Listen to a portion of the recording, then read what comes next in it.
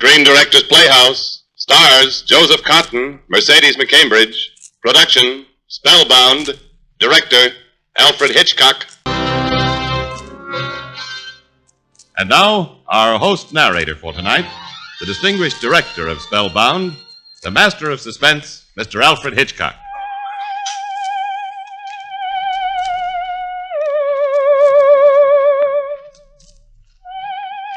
Good evening, ladies and gentlemen. This is Alfred Hitchcock. The prime desire of any motion picture maker is to entertain his audience. But occasionally an idea is presented that can prove to be both entertaining and instructive. When we achieve such a wedding of qualities, we feel we really have something. And this was the case in the story you are about to hear. Spellbound was the first motion picture to deal with psychoanalysis, the method by which modern science treats the emotional problems of the sane. The analyst seeks only to induce the patient to talk about his hidden problems, to open the locked doors of his mind. Once the complexes that are disturbing the patient are uncovered and interpreted, the illness and confusion of the patient disappear, and the devils of unreason are driven from the human soul. To portray the roles of Dr. Edwards and Dr. Constance Peterson, we are indeed fortunate to have Mr. Joseph Cotton and Miss Mercedes McCambridge. And now the first act of Spellbound, which begins in the office of Dr. Constance Peterson, a psychiatrist on the staff of Green Manors in Vermont.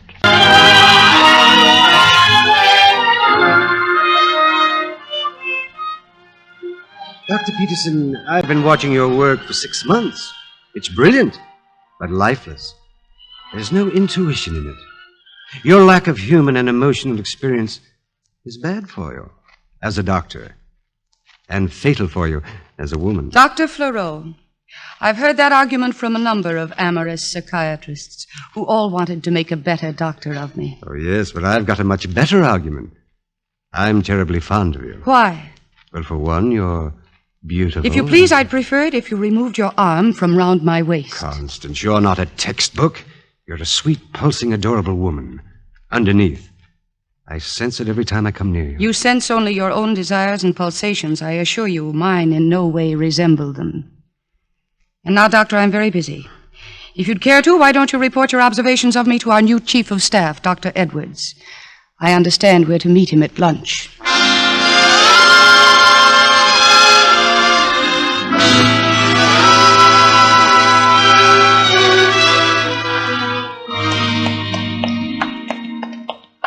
20 years of loyalty and tireless effort. It's hard to imagine Green Manors without you, Dr. Murchison. This institution could never have a finer chief of staff. Thank you, Constance. But the old must make way for the new. When are you leaving? In a few weeks. Oh, here we are. Good afternoon, gentlemen. Good afternoon. How do you do? Dr. Edwards, may I present Dr. Constance Peterson. How do you do? Would you be seated? Thank you, Doctor. I've heard a great deal about you, Dr. Peterson. And naturally, I have about you. You're younger than I thought you would be. My age hasn't caught up with me yet. I gather it won't. I've read your Labyrinth of the Guilt Complex. It's an excellent work. I'm very grateful. Dr. Murchison has been kind enough to show me over the grounds. Green Manors is a remarkable institution. Must be quite beautiful in the summer. Yes, it offers various open-air diversions for our patients. Did Dr. Murchison show you the Elm Grove? Oh, yes. That's where we hope to have our new swimming pool. That is, with your permission. Well, you have it. I'm a great believer in swimming pools. Splendid. There's a perfect spot for it, among the elms. Not an oblong pool, but an irregular one. Something like this. Look, I'll draw the outline with my fork. Stop it. What? I'm afraid I don't understand. Now, don't ever do that again. Well, all I did was draw these lines. Waiter, get this tablecloth off immediately and replace it with another right now. I'm sorry if I'd done anything. Hurry, waiter. Oh, yes. If I'd known, Dr. Edwards. Well, forgive me. It's all right. Reminds me of my professor in psychiatry, Dr. Broloff. He could never stand a sauce bottle on the table, or even a salt shaker. Odd, this thing called human behavior.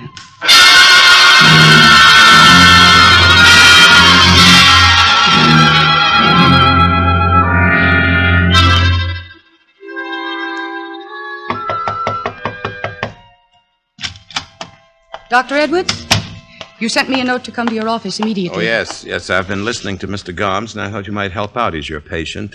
But Mr. Gomes shouldn't have disturbed you. It's all right. I'm very interested in his case. Yes, I knew you would be. He fits perfectly into your chapters on the guilt complex. But I have no guilt complex. I know what I know. I killed my father and... No, you didn't kill your father. It's a misconception that has taken hold of you. Oh, I'm sorry, Doctor. You were talking to him. No. Go on. Mr. Gomes, people often feel guilty over something that they never did. It usually goes back to their childhood. And then they grow up with a guilt complex over a sin that was only a child's bad dream. What I'm thinking isn't true, then? No. And in the course of analyzing yourself, you will see that. Good day, Doctor. Okay. I think we'd better put him under drugs for a few days. He looks agitated. His conviction is curious. But you've encountered such cases very often, Dr. Edwards. You describe them perfectly in your book. Yes, so I did. Would you mind doing me a favor? Not at all, Doctor. I have a headache. I'd like to take the afternoon off with you. Oh, but I have Please. I need a little fresh air, and you look as though it might do you a little bit of good. Come on, let's go. We'll look at some sane trees, normal grass, and clouds without complexes.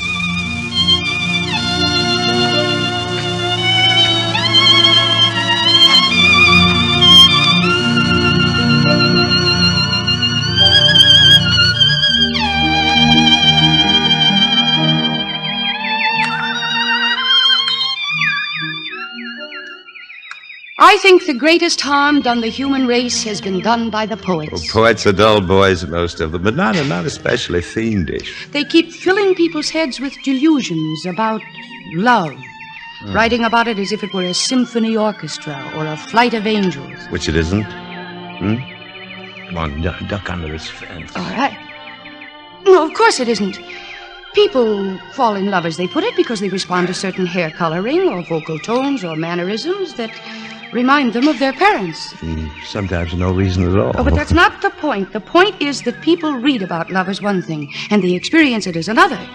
They expect kisses to be like lyrical poems, and embraces to be like Shakespearean dramas. When they find out differently, then they get sick and have to be analyzed. Yes, very often. Professor, you are suffering from mogo on the go-go. I beg your pardon. Now, don't mind me. I only say that to my best friends. Well, thank you, sir. Let's sit down here. This seems to be the most likely spot to relax and eat. Ever picnic here before? Yes, I've picnicked here. Alone. Well, that doesn't sound like very much fun. I haven't gone in for fun, as you call it. Look at those mountains. Just look at them. Did you ever see anything so beautiful? It's perfect. Perfect.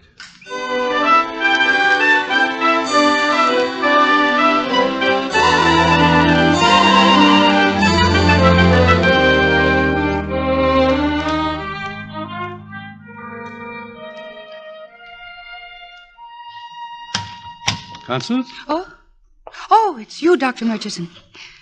Thanks for giving my patient, Mr. Gomes, a sedative this afternoon. I'm very sorry that I wasn't there. Nonsense. Just so long as you and Dr. Edwards had a good time. I see Dr. Edwards is a night owl, too. There's a light shining from under his door. Good night. Good night, Doctor.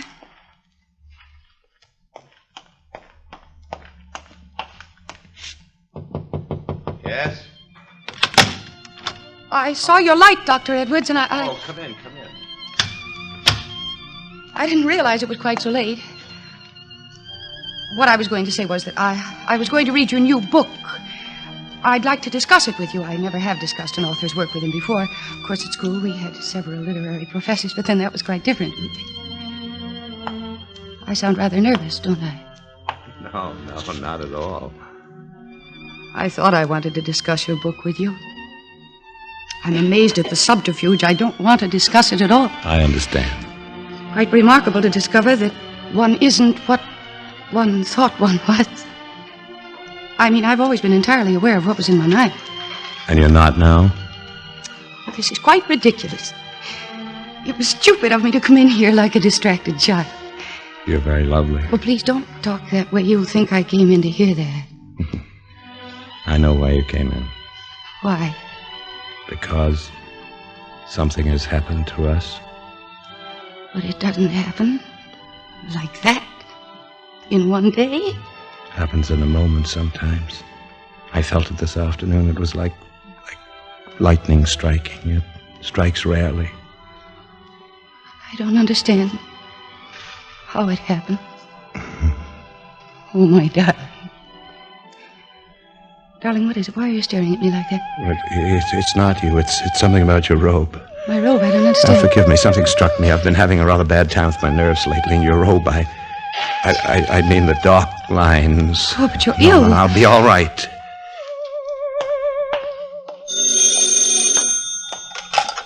Hello? Yes, Dr. Edwards. Yes? What? Where is he? I'll be there right away. Mr. Garms has run amok. He tried to murder a nurse and then cut his own throat. He's in surgery.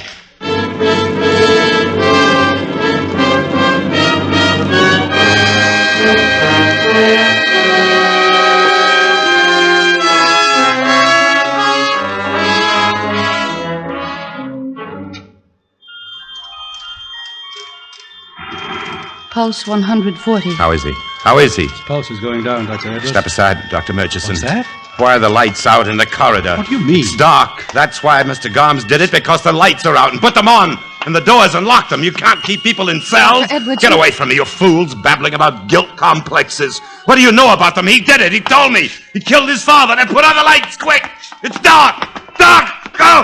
Grab him, Dr. Murchison. He's falling. Yes. He's in complete collapse. Place him in this chair. There. Curious, Constance. Didn't look like a heart case. No. Or shock of some sort. Probably brought on by... Oh, I wonder.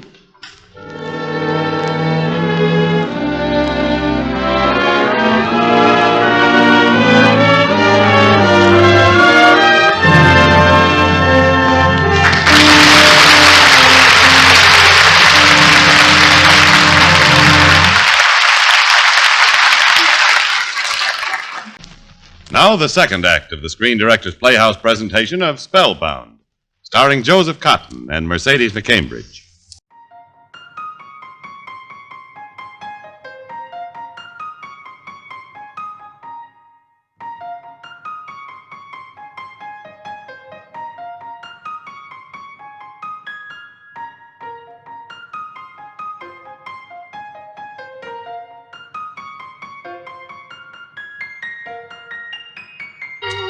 The answer to Constance's wonderment came to her as she sat at Dr. Edwards' bedside. The autographed signature of Dr. Edwards on the title page of his book did not match that of the note he had written to her earlier in the day, asking her to come to his office. Clearly, the man before her was not Dr. Edwards. Who are you? What do you mean? You're not Dr. Edwards. I can prove it. There's no good denying it. Who are you? Yes, I remember now. Edwards is dead. I killed him and took his place. I'm someone else. I don't know who. I killed him, Edwards. Easy now. Lie back on your pillow. Oh, I have no memory. It's like looking into a mirror and seeing nothing but the mirror, yet the image is there. I know it. I know it's there. I exist. I'm there. How can a man lose his name, his memory, and everything he's ever known and still talk like this as if he were quite sane? Are you afraid of me? No. You're ill. Loss of memory isn't a difficult problem. Yes, I know. Amnesia, a trick of the mind for remaining sane. You remain sane by forgetting something too horrible to remember. You put the horrible thing behind a closed door. We have to open the door. And I know what's behind the door. Murder. No. That's a delusion you've acquired out of your illness. Will you answer me truthfully?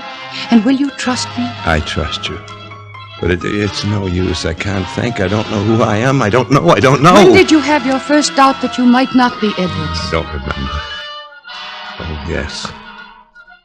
Yes, when I was When I was in the hotel room packing to come here, I found a cigarette case in my coat and frightened me. It had the initials JB on it. When I saw them in the hotel room, they made my head ache. They're probably your initials. JB. JB. Yes, now you must sleep. I think when you wake up, you'll be able to tell me more. I'll come in the morning. Good night now. And sleep. Good night.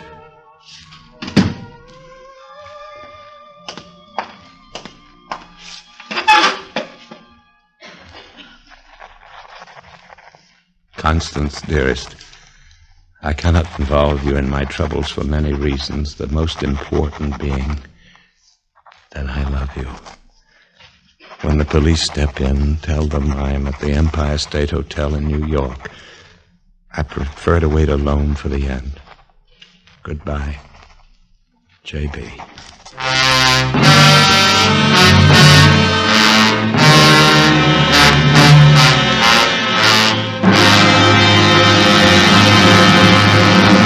He's not in his room. He's escaped. Please, Sheriff, it's 5 a.m. You'll wake the patients. Sorry, Dr. Peterson. Seems to me somebody might have known what the real Edwards looked like. You never saw him, Dr. Murchison? No, I never met him. Well, it's my contention that he killed the real Dr. Edwards. There can be no question of it. He killed Dr. Edwards and then took his place in order to conceal his crime. Dr. Peterson, didn't he tell you anything about himself?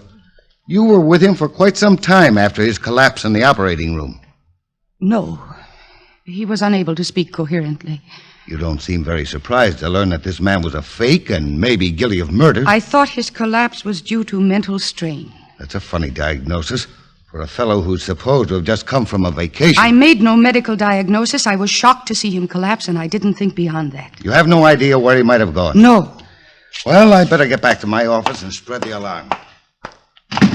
Constance, I found this letter under your bedroom door. Oh? I didn't call it to the attention of the sheriff. I thought perhaps it might be something personal. Yes, thank you, Dr. Murchison. Good night.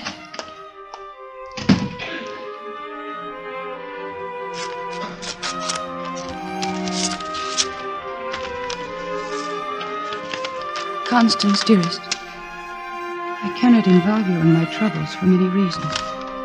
The most important being that I love you.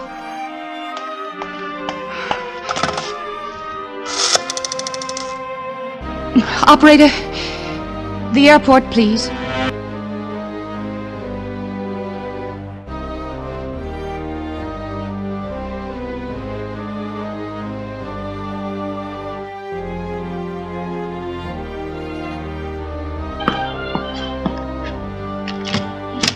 Constance, why are you here? Really? Signing your name, John Brown, on the register. Not much imagination for an alias. You shouldn't have come here to New York. You don't owe me anything. I'm going to do what I want to do. I'm going to take care of you and cure you. And I'm going to stay with you until that happens. But you can't help hide a criminal. I won't let you be stupid about it. I couldn't bear it away from you. I had to come. And I'll rent a room on this floor. And I'm here as your doctor only. It has nothing to do with love. Darling. Nothing at all.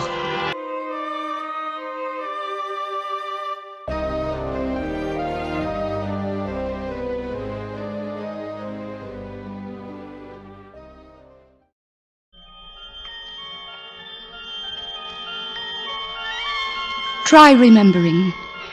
Let your mind go back to your childhood. Was it happy? Whom did you know in your childhood? I'm wanted, but I can't see by what. It's no use. You lived somewhere. You had a mother. You were loved. You had friends. I can't remember anything except that I love you. If we can unlock one tiny memory, it will give us the key to all the others. No. The only thing that comes to my mind that I keep thinking of over and over is the logic of the situation. What logic? That it was I who was with Edwards. Look what it says in the paper. No trace of Dr. Edwards has been found since he left the Cumberland Resort in the company of his supposed patient. Do you remember that? No. Then why do you believe that you were with him? Because wherever we went, I came back with his identity. I wouldn't have come back as Dr. Edwards if I hadn't known he was dead. And how would I have known that he was dead if I hadn't been with him when he died? Were you? I don't remember, but logically, I know that I must have been. And logically, I also know why the body hasn't been found. Because it was hidden by me. But don't you see? You're imagining all of this. You call yourself names. You insist without proof that you're a murderer. Oh, you know what that is, don't you?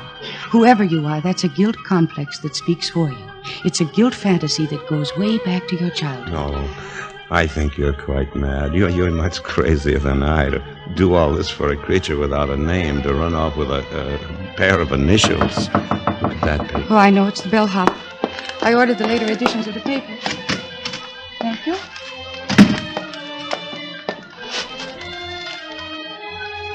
What's the matter? We have to leave here. Why? Story in the paper. Police hunt Dr. Constance Peterson, believed aiding madman wanted in Edwards mystery. My picture's right below it. The room clerk will recognize it. We've got to go quickly. We can't back. Where can we go? Rochester. Rochester, New York.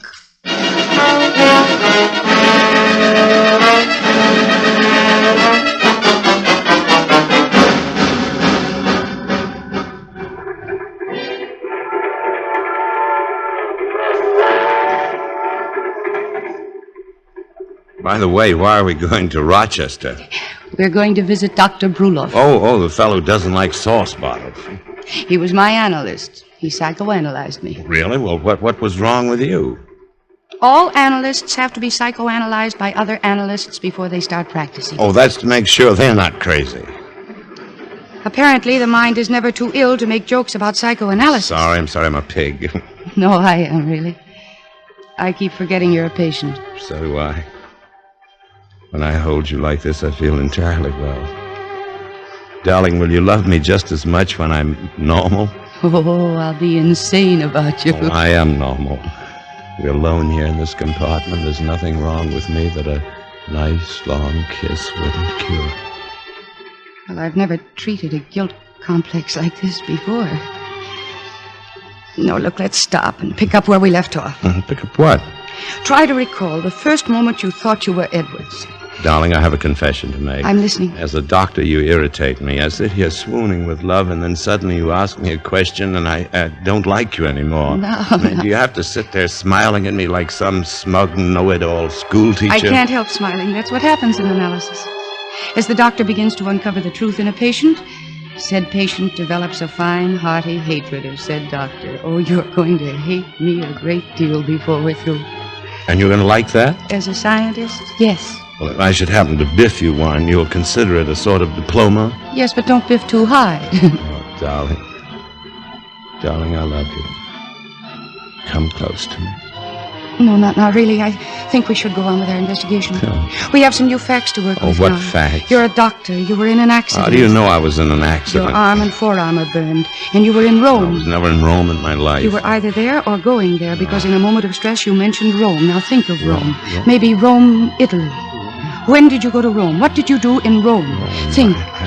Think. The train, the railroad ties rushing by. Think. Yes.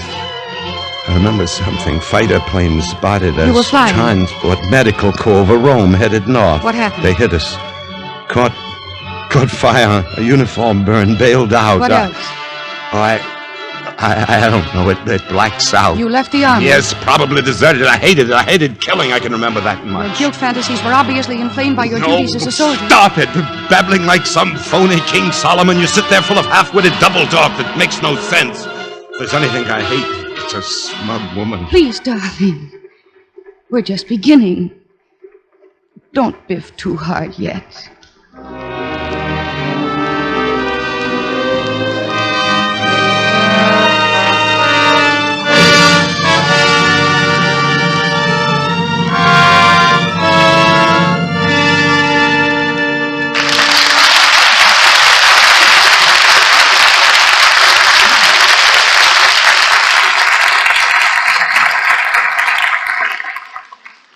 Our drama will continue in just a moment. This is the Screen Directors Playhouse. We continue with the third act of Spellbound, starring Joseph Cotton and Mercedes McCambridge, and guest narrator Alfred Hitchcock.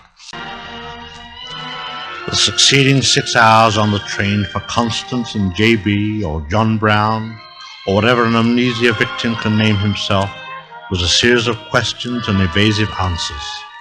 Relentlessly, Constance fought to reach the depths of his memory, but it was a losing battle. It was like a pygmy facing a giant, and J.B. was the giant. They reached the home of Dr. Brulov in Rochester. I worked with Dr. Brulov as his assistant for almost a year, right here in this house. He got me the post at Green Manors. You like Alex? I doubt that. One psychoanalyst in my hair is enough. What are you going to tell him? That we're on a honeymoon? Oh, doctor, you think of the most wonderful prescriptions. Alex! Who is it, please? Oh, my old friend. Come in, please. Alex, this is... One moment, please. There's company here. Lieutenant Detective Cooley. How do you do? The lieutenant is persecuting me. I just told him I know nothing about Dr. Edwards. But yesterday you had some theory. Constance. Steady, steady. I already have explained that if Edwards took along with him on vacation a paranoid patient, he was a bigger fool than I ever knew he was. It is the same as playing with a loaded gun. Good night now. It is late and my friends are here. Sorry to have bothered you, Doctor. Good night, ma'am. Good night, sir. Good night. What do you suppose they're snooping around me for? The next thing, they'll give me a third degree. Alex, I'm so glad to see you. I was going to write you, but it all happened so suddenly. I got married. Who's married? Alex, my husband, John Brown. Well, I'm glad to meet you, officially. So you're married. I congratulate you and wish you have babies and not phobias. But the truth is, Alex, we have no hotel room. All the hotels were so crowded. What do you want with a hotel? That's for millionaires. You stay right here. Cook my coffee in the morning and the house is yours. Oh, how wonderful of you, Alex. Your old room is upstairs. Good night and happy dreams, which we will analyze at breakfast.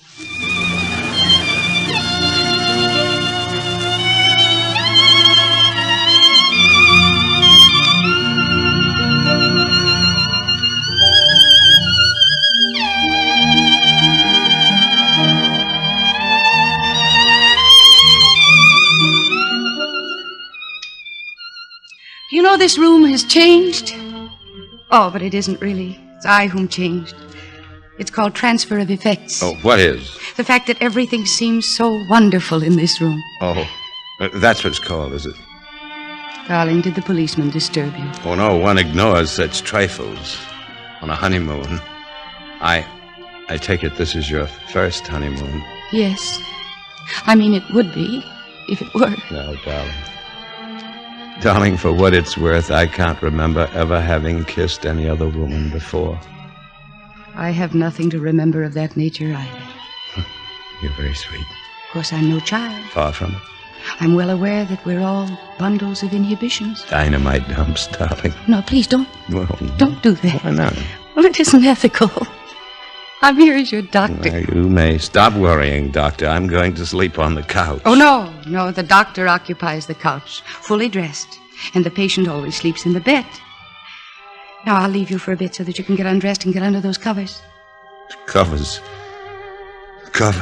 What is it? You remember something? No.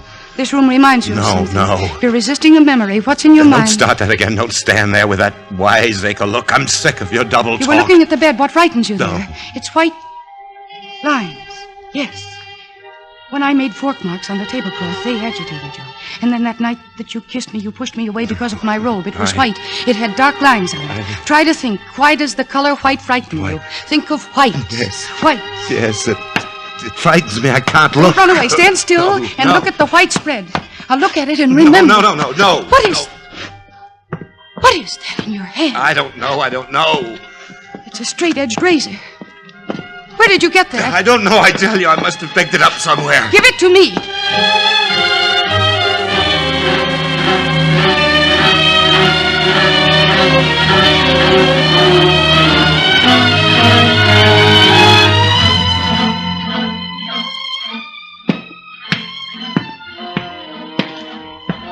This razor. Why am I clutching this razor? Mr. Brown? Ah, I thought it was you. I'm just having a glass of milk and some crackers. This razor. Join me, please. Why? I'll get another Why glass. am I clutching this razor? When I was a young man, I was always saying if I could only get along by myself instead of... Oh, stop that fool chatter. Go away, stop it. My head. Drink to you. You know who We are I going to know am. nothing except living. Here is your glass of milk. Milk. Why, kill!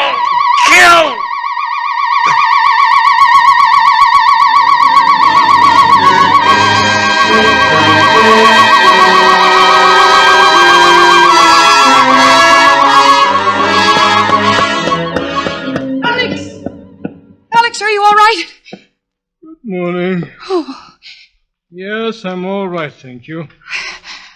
Oh, I fell asleep in my chair. What time is it? it's 7 o'clock, Alex. My husband is... He must have gone out very early this morning. You didn't happen to see him. He didn't go out. He's asleep on the couch. And Constance, I know who he is.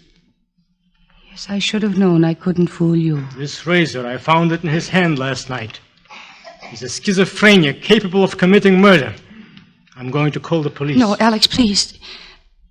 Let me tell you about him. What is there for you to say, my dear?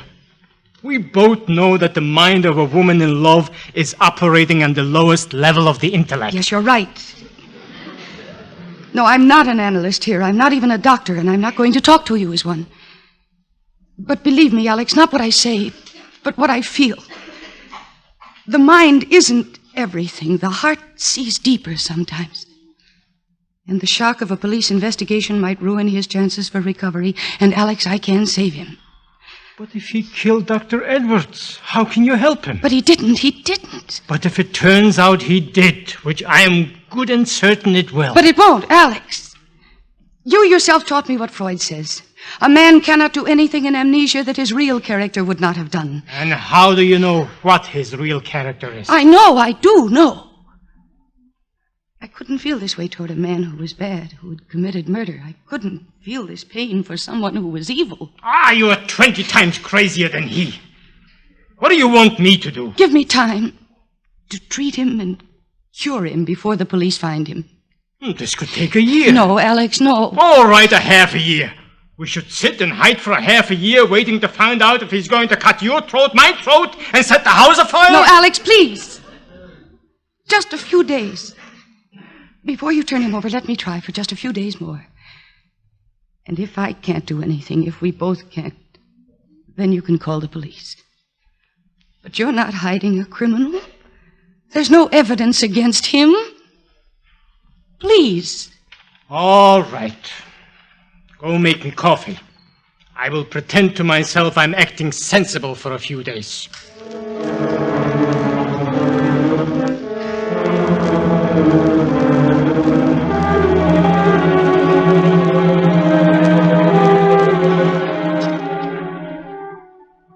You don't remember your father or mother? No. Wife or sweetheart? No. Don't fight me. I'm going to help you if I can. I'm going to be your father image. Trust me. Lean on me. All right, go on. I'm leaning. Maybe you got something you want to tell me. A single thought. A few words in the corner of your head. Go on. Talk to me. Whatever comes to your head. Just say what it is. Nothing. There's nothing. I don't believe in dreams. That Freud stuff is a lot of hooey. I explained to you about dreams so you don't think it's a lot of hooey. The secrets of who you are and what made you run away from yourself, all these secrets are buried in your brain. But you don't want to look at them. The human being very often does not want to know the truth about himself because he thinks it will make him sick.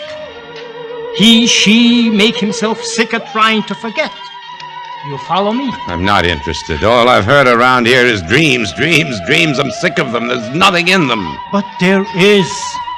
I tell you what you're trying to hide. What they tell it to you, and I'll tell it to you in pieces of a puzzle that don't fit.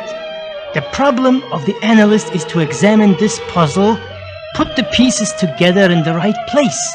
And the more cockeyed the details, the better for the scientific side. I can't make out just what sort of a place it was, but I was sitting and playing cards with a man. Yes, it was a gambling house, but there weren't any walls, just a lot of curtains with eyes painted on them. The man was walking around with a large pair of scissors, cutting all the draperies in half.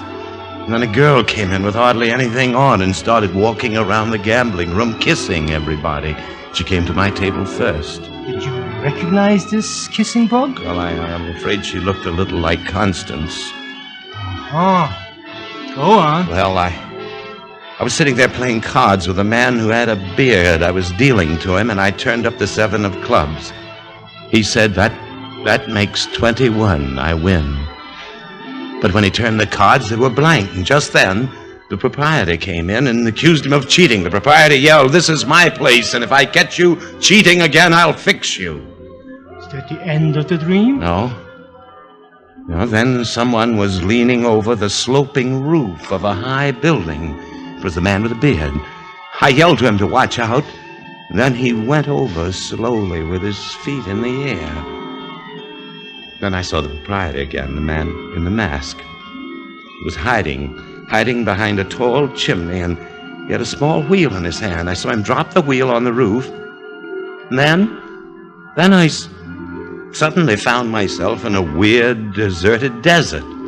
Constance was sitting there. I ran to her, but she disappeared. Then I heard something beating over my head. It was a great pair of wings. The wings chased me and almost caught up with me. And when I came to the bottom of the hill, I must have escaped. I don't remember anymore. So, something is happening. What is it? Oh, pull down the shades. The snow. The light frightened him. What phobia? No, it was the snow. Look outside, Alex. What do you see? Well, there are 2 children pulling a sled in the snow. Exactly. The runners of sleds on snow, dark lines on white. Please, pull down the shades. Are the sled marks on the snow the reason for the sudden disturbance? Answer me. I don't know. It has to be. It follows a pattern. First was a shock at the sight of fork lines drawn on a white tablecloth. Then my white robe. Please. It had dark lines. And a couple of nights ago, the white cover. Please, pull the blinds down, please. Dr. Edwards was fond of sports. He mentions tennis and skiing in his book. Yes, skiing. Ski tracks in snow. That's what those dark lines symbolized for him. And his horror of them means, of course, that they are immediately connected with the cause of his amnesia. Yes, a murder on skis. Where did Edwards go for his skiing? We must find out. Can you tell us where? Try. He has told you already, in his dream. A sloping roof. That means only a mountainside. They were skiing. And the father image, the bearded man, is Dr. Edwards. It's very simple. Edwards plunged over a precipice while skiing. Then a shadow chases him up and down a hill. That could mean he was escaping from a valley. A valley? His skiing resorts are often called valleys, like Sun Valley. And he was being pursued by a winged figure, a witch or a harpy. No, the figure was you. If you grew wings, you would be an angel. But the dream was trying to tell him the name of the resort. An angel. Angel Valley. Do you remember Angel Valley? No, it wasn't Angel Valley. I remember it was a place called Gabriel Valley. What else do you remember now? Who was the masked figure in your dream? It was an accident. Do you remember that? A skiing accident. Dr. Edwards went over a snow cliff. No, it was no accident. I can't stand it anymore. I've had enough of it. We've got to call the police. No. We've got to go to Gabriel Valley. You've got to go with me.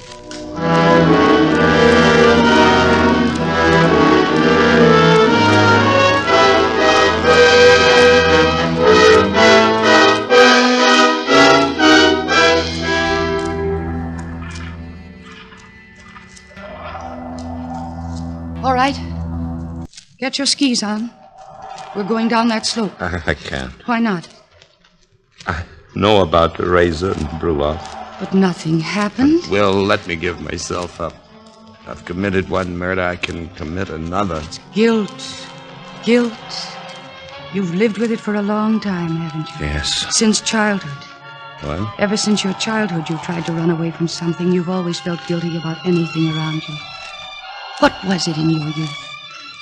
It must have been terrible for you to prefer to think that you murdered Edwards, rather than remember what happened long ago.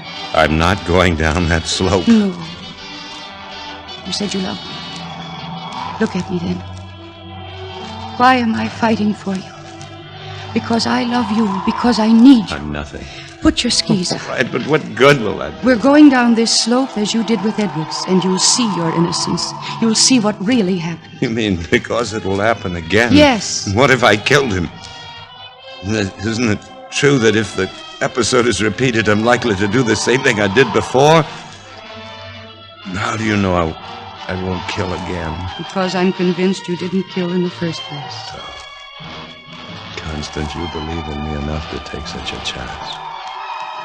With your life. Of course I do. We're ready to go down the ski run. We're going to find out what happened to Dr. Edwards. I'm ready. Follow me.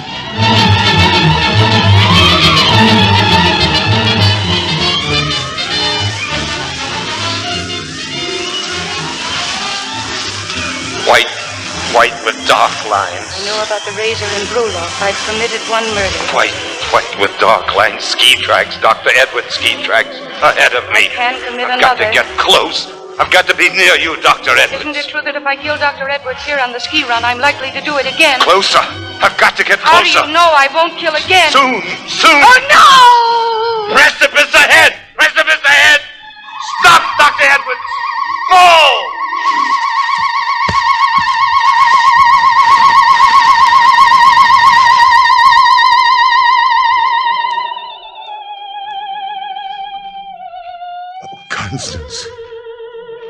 Constance, I remember Dr. Edwards went over the precipice. And where were you? I never was close to him. I know Edwards was at least 25 feet ahead of me as you were when he went over. Come on. Now we're going to the police. Oh, my darling.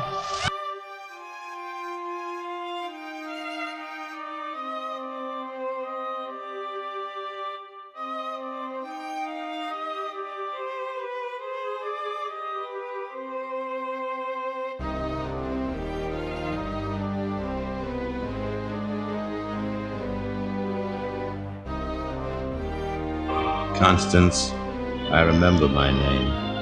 It's John Valentine. I'm very pleased to meet you.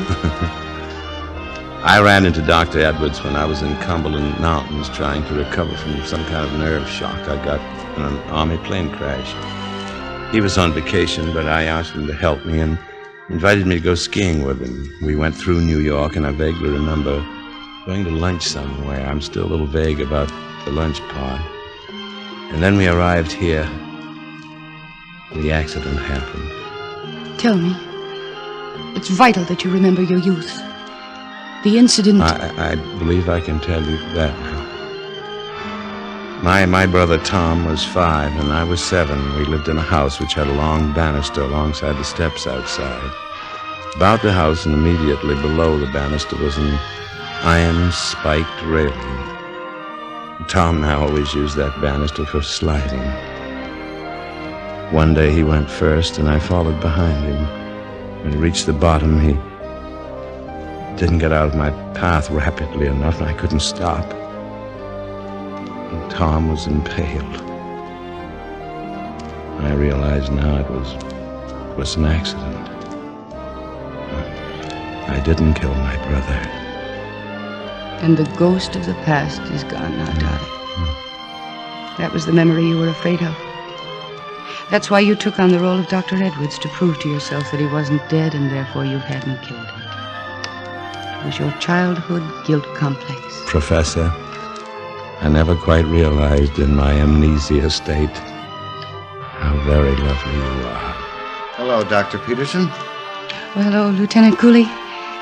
Did you find the body of Dr. Edwards? Yes, in almost the exact spot you told the mountain police it would be. Oh, thank goodness it's all cleared up. Well, not quite. I'm afraid a bullet was found in the body. That's impossible.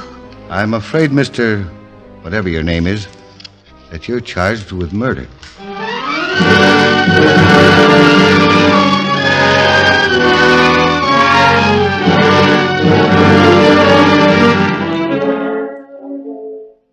It's too bad, Constance, your Mr. Ballantyne was convicted of murder, but you have a great career ahead of you, if you forget. Thank you, Doctor. Well, Dr. Murchison, at least one good thing came out of all of this. You're back at Green Manors. Who knows what would have happened to the place under Dr. Edwards? I knew Edwards only slightly. I never really liked him, but he was a good man in a way, I suppose. Well, good night, Constance. I hope you feel rested in the morning. I knew Edwards only slightly. I knew Edwards. Knew Edwards.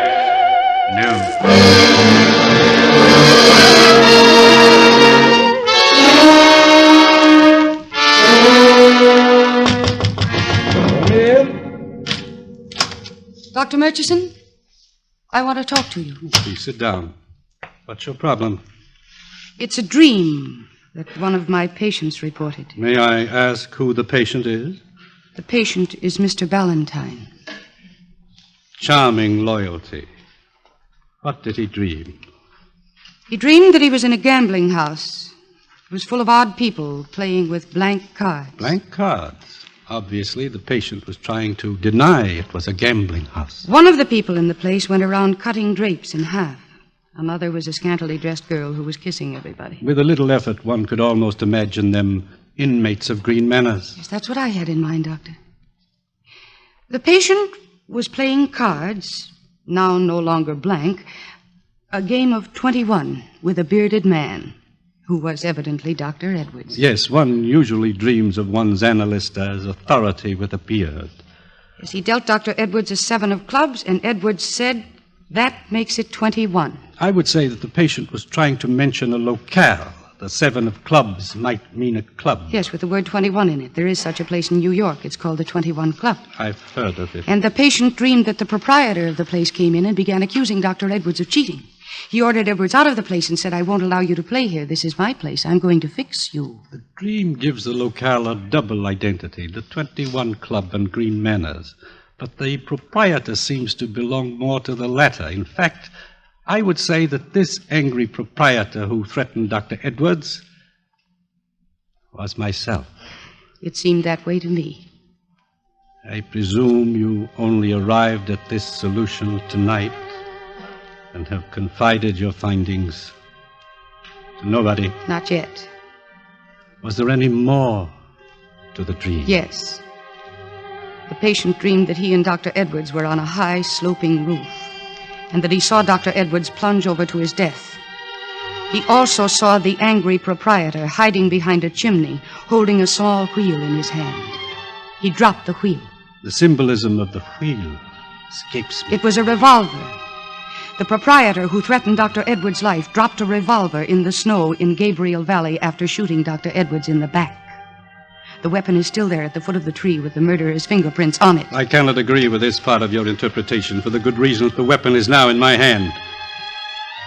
I imagined that something of this sort would happen after I made the slip about knowing Dr. Edwards. That started your agile young mind going. You were having a breakdown, and in a state of panic you heard that Edwards was to take your place here. You sought him out in his favorite restaurant where he was lunching with John Ballantyne. You accused him of stealing your job. You threatened to kill him. He calmed you down and told you that he was off on a skiing vacation, and you followed him there and you shot him from behind a tree. That's enough. Did it ever occur to you that the punishment for 2 murders is the same as 1? But you're not going to commit a second murder. I hadn't planned to. But you are here. You are not leaving. My gun is trained at your heart. A man of your intelligence does not commit a stupid murder, Doctor. You are thinking that you are not mentally responsible for that other crime in the snow. They will find extenuating circumstances in the state of your health. They will not execute you for the death of Dr. Edwards. You can still live, read, write, research, even if you are put away. I'm leaving, Dr. Murchison. Stay right where you are, or I'll shoot. I don't think so. You're thinking right now that if you shoot, it is cold, deliberate murder. You will be tried as sane murderer, convicted as a sane man, and you will be killed in the electric chair for your crime. I'm going to telephone the police, Dr. Murchison.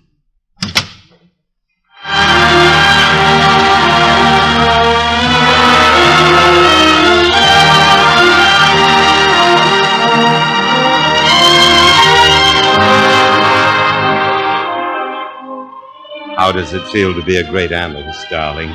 Not so bad? And a great detective. Wonderful. And madly adored. Very wonderful. White.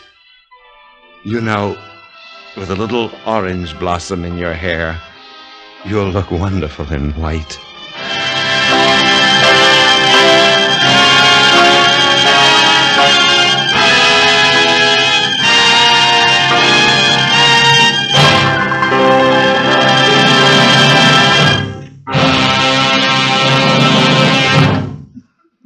A long time ago, William Shakespeare wrote, "The fault is not in our stars, but in ourselves."